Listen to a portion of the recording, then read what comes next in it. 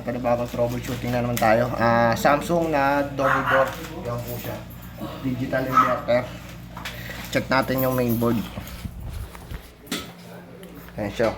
Yan yung mainboard, wala supply. Blinking lang yung supply niya.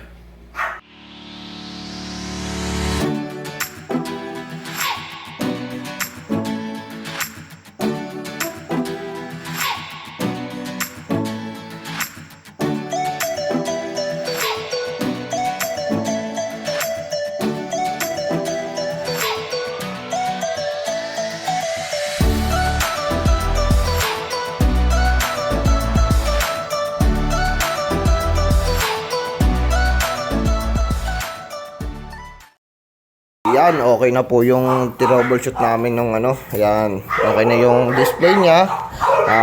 Yan, gumagana na po, functioning na po siya.